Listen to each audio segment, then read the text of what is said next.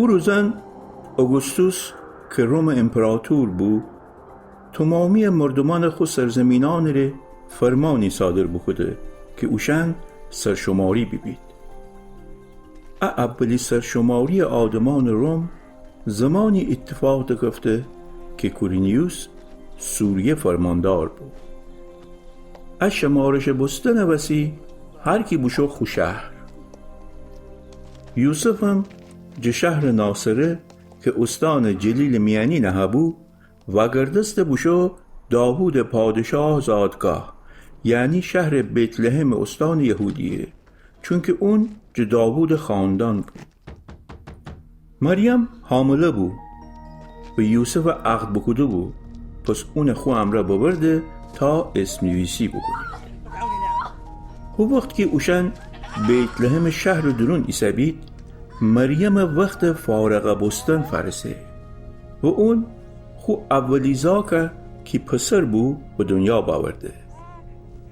باز این اون قنداق میان دوسته و آخر درونی بخوسنه، چون که مسافرخانه درون اوشن ره جایی ننبود که بیسید. او دور اطراف چوپانانی دشت میانی سبید که هر شب خوشن گلیان جا مواظبت کدیدی. خداوند فرشته ایدفعی چوپانان جلو ظاهر بسته و خدا شکوه و جلال نور اوشن دور اطراف بتبسته و همتن خیلی بترسیدی. فرشته وگردسته اوشن بگفته نه بترسینید، من شماره ایتا خورم خبر دارم.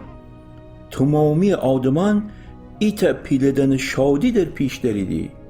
داوود نبی شهر میانی امروز ایتا نجات دهنده شماره به دنیا بمو که مسیح و خداونده. اون نشانه شماره انه که ایتا زی قنداق دوسته و آخر میانی خوفته پیدا کنیدی. ای دفعی او فرشته امره ایتا پیلدان دست سپاه آسمانی ظاهر بسته که خداوی ستایش کدیدی و گفتیدی جلال بر خدا بجورترین آسمانان جور و زمین میانی مردمانی ری که مورد لطف ویسیدی صلح و سلامتی با. باز این که فرشتیان چوپانان ترک کدیدی و همه تن وگردستی آسمان جور چوپانان کسکسه بگفتیدی باید بیشیم بیت لحم و اتفاقی که دکفته و خداوند امره اون جا آگاه بکده جا نزدیک بیدینیم. هنبسی عجله امره بشایدی و مریم یوسف و او زاکیه که آخر میانی خوفته بو بیافتیدی.